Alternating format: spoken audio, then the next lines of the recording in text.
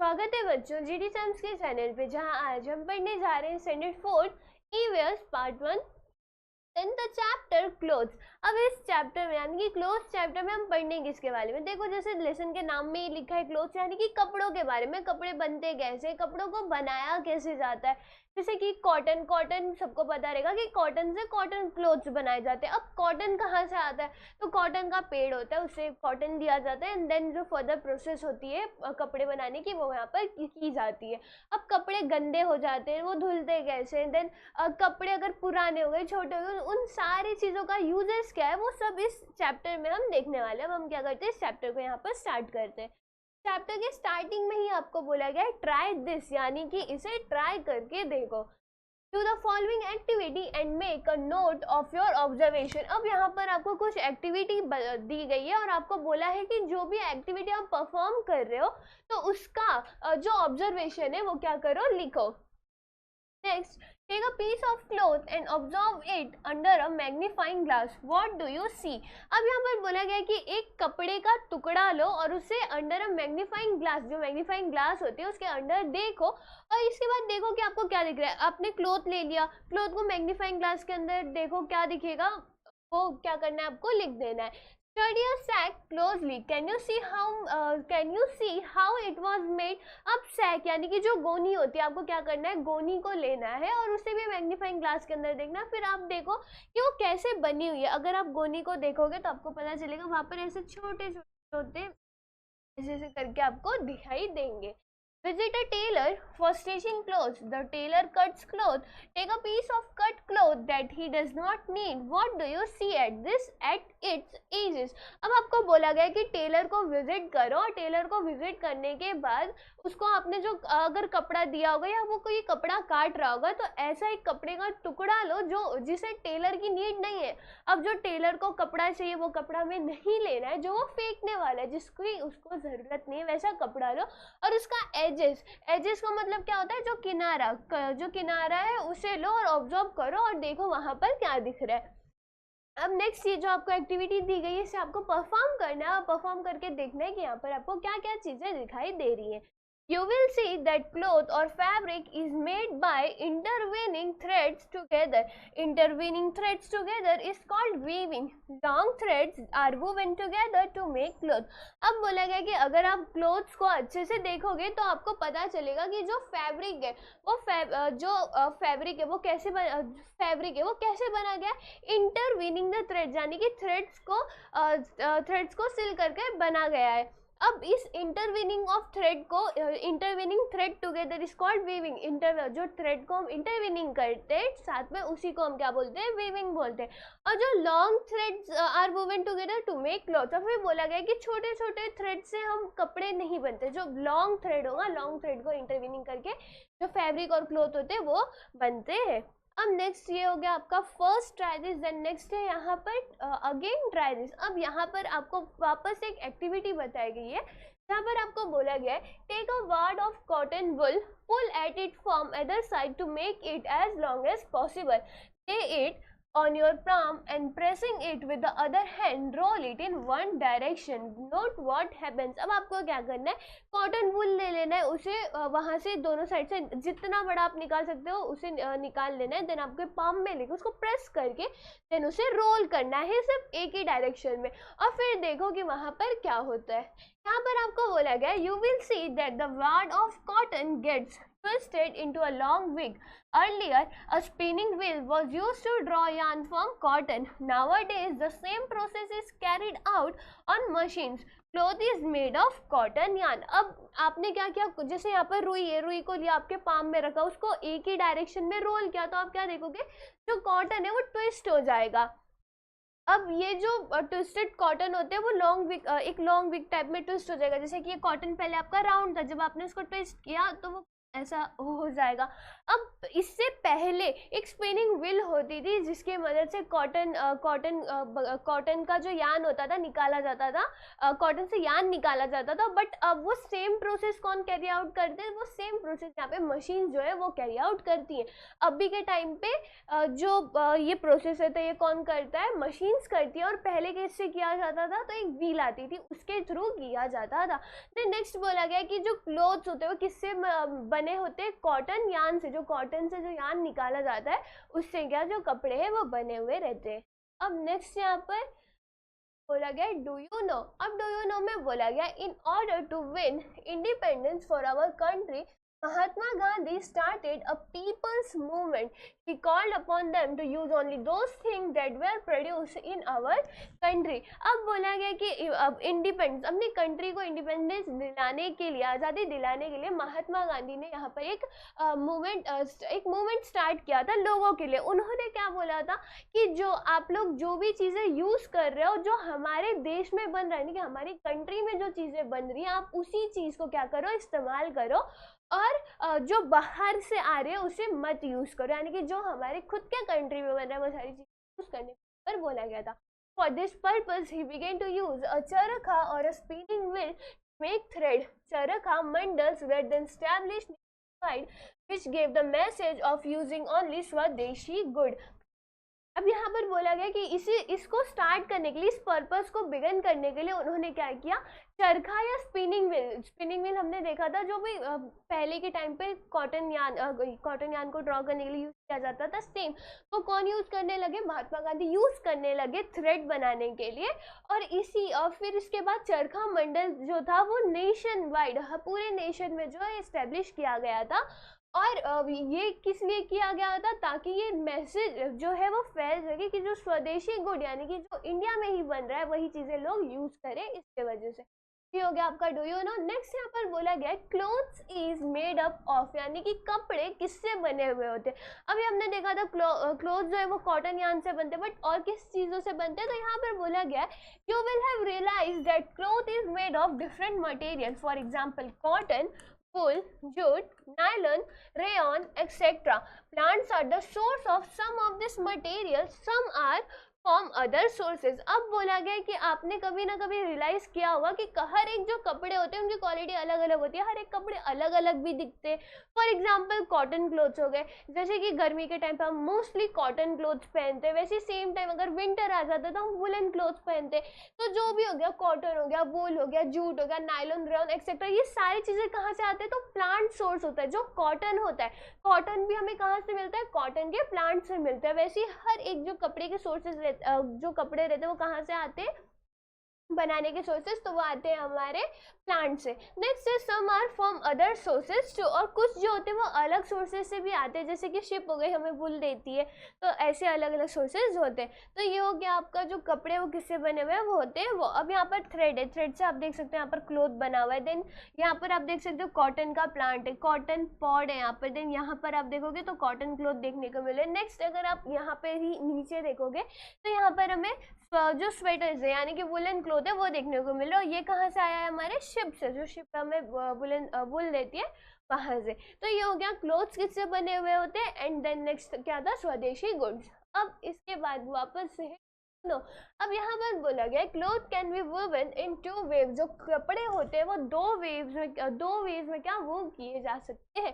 पहले sweaters cap etcetera woven with the help of knitting needles at home. जो भी sweaters हो गए, वुलन कैप्स वगैरह हो गए, उन्हें कैसे बनाया जा सकता है? एक नीटिंग नीडल्स आते हैं, आपने देखा होगा ऐसे वो बड़ी सी होती है दो, और उनकी हेल्प लेकर क्या जो कपड़े होते हैं उन्हें वीव किया जाता है। अगर आपको नीटिंग नीडल्स देखना है तो आप अपने घर में भी पूछ सकते हो आपकी मम्मी को या दादी को, तो वो आपको बता देंगे कि नीटिंग नीडल्स क्या होती है। देन नेक्स्ट है हैंडलूम्स और and power looms are used to weave cloth on a large scale. और अब अगर कपड़ा जो अगर लार्ज स्केल में बनाना है तो क्या घर पर उसे बनाना ईजी होगा? नहीं होगा, बहुत ज़्यादा हार्ड पड़ेगा। तो इसके लिए जो हैंडलूम्स हो गए, पावर लूम्स हो गए, या ये सारी चीज़ें यूज़ की जाती है क्लॉथ बनाने को, जब स्केल में बनाना रहे, बड़े स्केल में बनाना रहे तब। नेक्स्ट यहाँ पर ट्राई दिस में पहला क्या बोला गया, take clean water in a small bucket, soak the clothes you have worn all day in the bucket. अब बोला गया कि साफ पानी आपको एक छोटे से बाल्टी में लेने, देन आपको क्या करना है, जो गंदे कपड़े होते हैं आपके उसे आपको यहाँ पर उस बकेट में सोक करके रख देना। जो कपड़े गंदे हो, आपने पूरे दिन पहने हो, ऐसे कपड़े आपको उसमें रख देना है। After an hour, take the clothes out of the bucket. Before taking them out, bring them out tightly in the bucket itself. Now observe the water in the bucket. Is the water in the bucket still clean or do you see any change in the water? अब आपको बोला गया कि आपने जो भी गंदे कपड़े पहने हुए थे उसे साफ पानी में डाल दो और फिर आपको देखना है 1 घंटे बाद आप आओ, उस पानी को निकालो, उस कपड़े को निकालो, उसको अच्छे से टाइटली वहाँ पर गाड़ दो, जो पानी वो निकाल दो। फिर आपको जो बकेट है, बकेट में पानी को वापस से देखना है, क्या वो बकेट में जो पानी है वो सेम दिखेगा क्लीन वाटर की तरह। तो यहाँ पर जैसे गंदे कपड़े अगर हम धोते हैं, हम देखते हैं जो बकेट में पानी रहता है वो गंदा हो जाता है, तो सेम यहाँ पर भी क्या होगा, बाल्टी का जो पानी है जो आपने क्लीन वाटर लिया था वो क्या हो जाएगा, गंदा हो जाएगा। अब नेक्स्ट यहाँ पर आपको बोला गया you will see that when we use clothes they become dirty, यानी कि आपको ये पता चलेगा कि जो कपड़े हम यूज करते हैं, पहनते हैं, वो क्या हो जाते हैं, डर्टी हो जाते हैं, यानी कि गंदे हो जाते हैं। अब नेक्स्ट यहाँ पर क्या बोला गया, कैन यू टेल, यानी कि क्या तुम बता सकते हो। अब यहाँ पर पूछा गया can you give some reasons why clothes get dirty, make a list of the reason. अब बोला गया कि क्या तुम कुछ रीजंस बता सकते हो कि जो कपड़े होते हैं वो गंदे क्यों हो जाते हैं। तो यहाँ पर कपड़े गंदे होने के जो रीजंस है आपको यहाँ पर लिख दे रहे हैं। अब बोला गया कि the list shows that our clothes become dirty for a various reason, that is why it is necessary to clean our clothes. Wearing clean clothes is a good habit. We must always have clean clothes in order to remain healthy and look neat and tidy. अब यहाँ पर बोला गया कि जो list है, जो भी आपने लिस्ट बनाई रहेगी कि कपड़े गंदे क्यों हो जाते हैं, अगर हम कपड़े दिन भर पहने होते तो गंदे हो जाते हैं, अगर बाहर खेलने जाते तो गंदे हो जाते, बहुत सारे रीजंस होते हैं कपड़े गंदे होने की। तो यहाँ पर आपको बोला गया कि कपड़े बहुत सारे रीजन से गंदे होते हैं। जो लिस्ट है, लिस्ट बताती है कि कपड़ों को गंदे होने के बहुत सारे रीजन है और इसके वजह से ये ज़रूरी होता है कि जो कपड़े हैं वो साफ़ रहे, और साफ़ कपड़े पहनना एक गुड हैबिट होती है और इसी की वजह से हमें हमारे कपड़ों को हमेशा साफ़ रखना चाहिए। अब नेक्स्ट यहाँ पर बोला गया ट्राई दिस में सबसे पहले with what do we wash our clothes at home, यानी कि जब कपड़े गंदे हो जाते हैं तो उन्हें धुलने भी पड़ते हैं, तो हम घर में कपड़ों को किसके मदद से धुलते हैं। What is used in the laundry for washing clothes? Which different types of soap for washing clothes are sold in grocery shops? Find the answer to above question and make a list। यानी कि कपड़े गंदे हो जाए तो उन्हें किस चीज़ों से धुले जाते हैं, लॉन्ड्री में कपड़े जो होते हैं उन्हें किससे धुले जाते हैं, और अगर आप कपड़े धुलने वाले जो चीज़ें रहते हैं अगर ग्रोसरी शॉप में मांगने जा रहे हो तो कैसे मांगोगे, वो सारे इनके जो आंसर्स आपको फाइंड करने और एक लिस्ट बनाना है।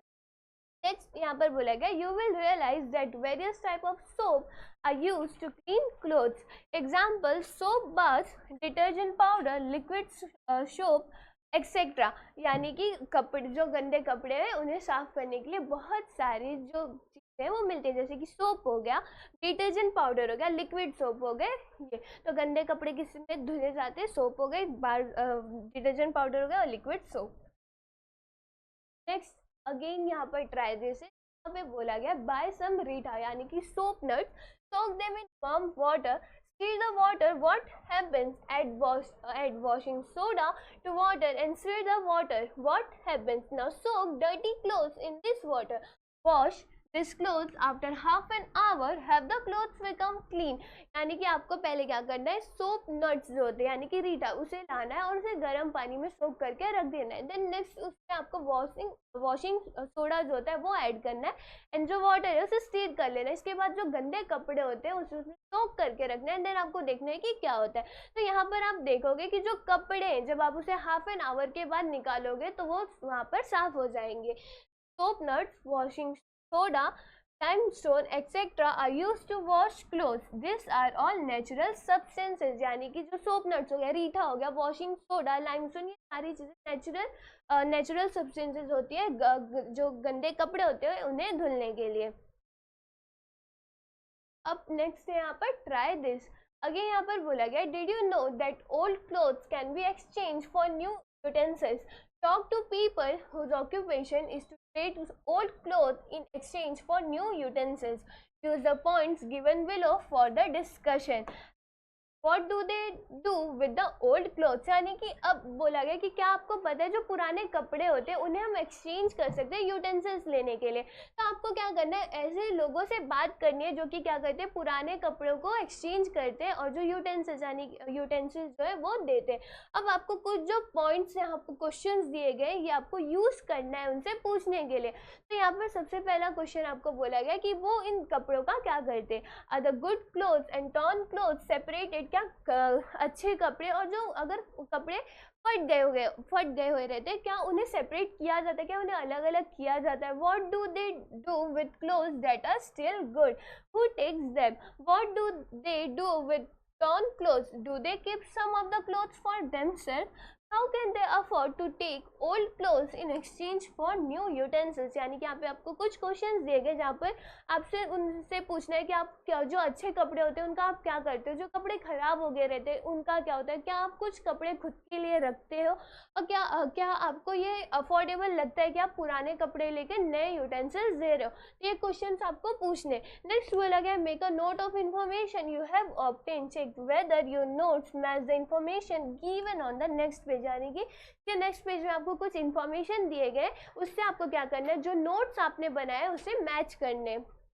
Clothes are durable, therefore even if they become old, they can still be used. अब बोला गया जो कपड़े वो ड्यूरेबल होते हैं, भले ही वो ओल्ड क्यों ना हो जाए उन्हें वापस पहने जा सकते हैं।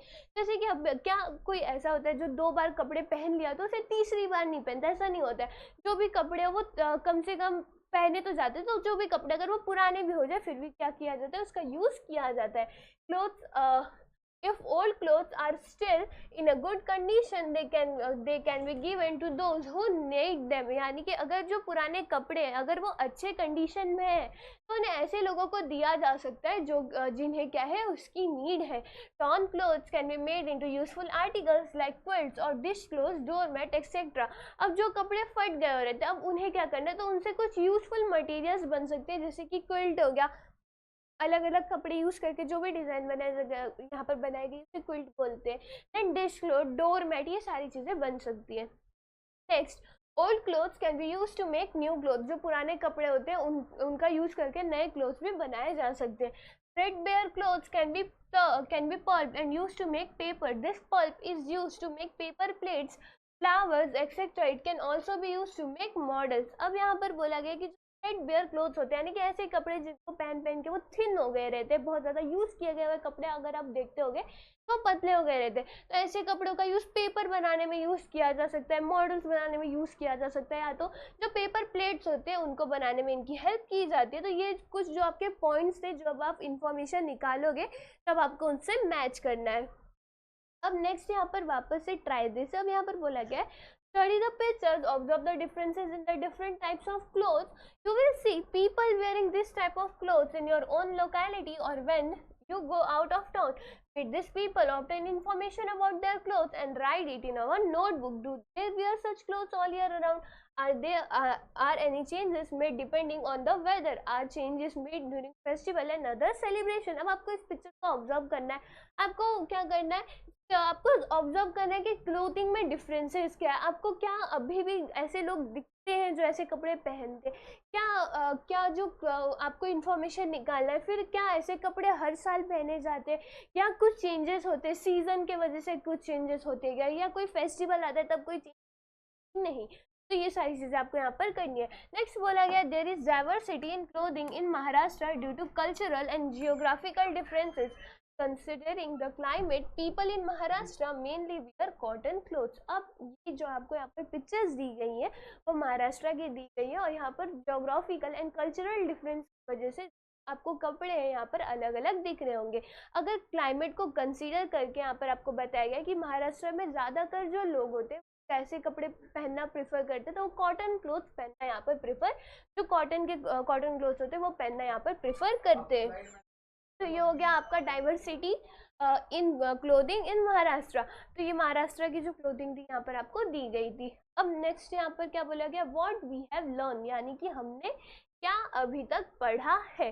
तो यहाँ पर देखो, यहाँ पर जो चैप्टर का है वो क्विक रिव्यू मिल जाएगा। तो यहाँ पर बोला गया cloth is made from yarn, yarn में भी made from cotton, wool etcetera. जो क्लॉथ है वो किससे बना होता है, यार्न से बना होता है। और यार्न कहाँ से मिला होगा, या तो कॉटन से या तो वुल से। नेक्स्ट है clothes become dirty on being used, we must always wear clean clothes. जो कपड़े होते हैं वो एक बार पहन लो गंदे हो जाते हैं, और हमें हमेशा साफ कपड़े पहनने चाहिए।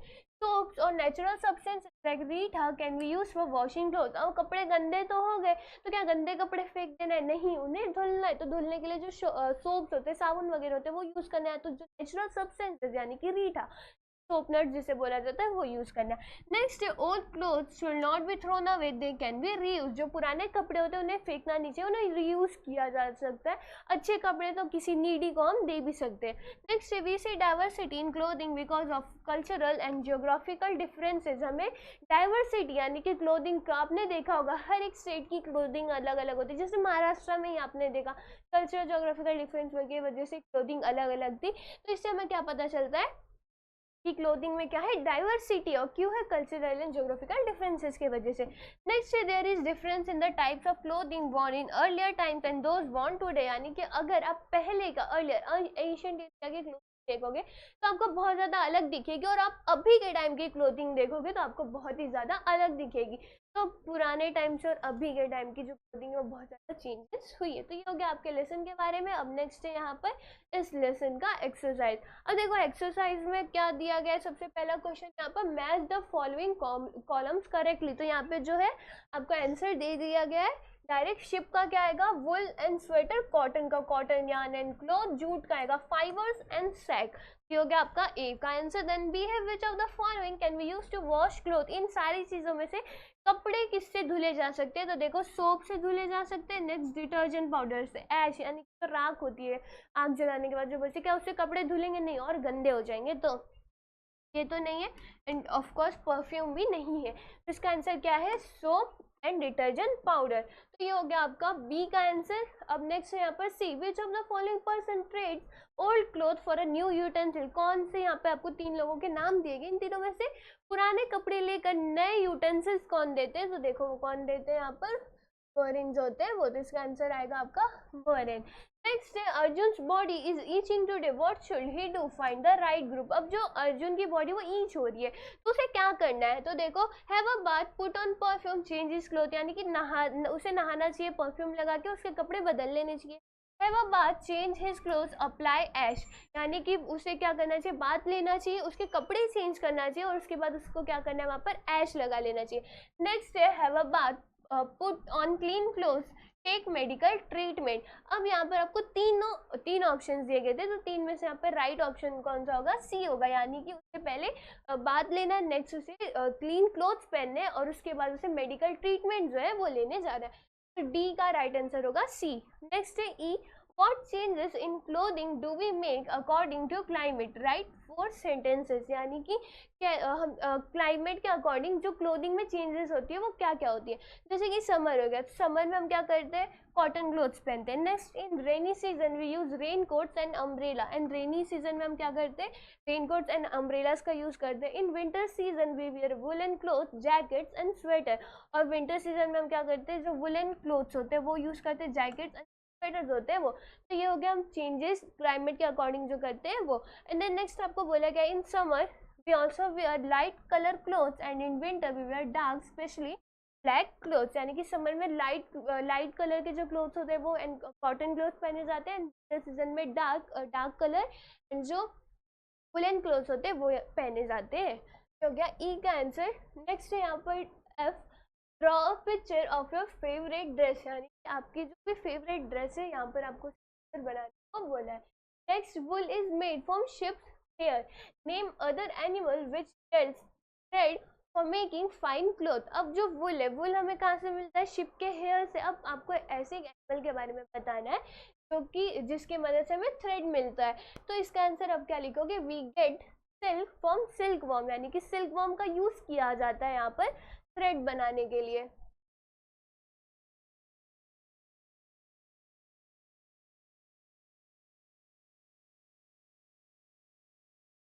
और इसी के साथ क्या होता है, आपका जो ये चैप्टर है यहाँ पर खत्म होता है। आई होप आपको ये वीडियो समझी होगी। मिलते हैं नेक्स्ट वीडियो में, बाय बाय।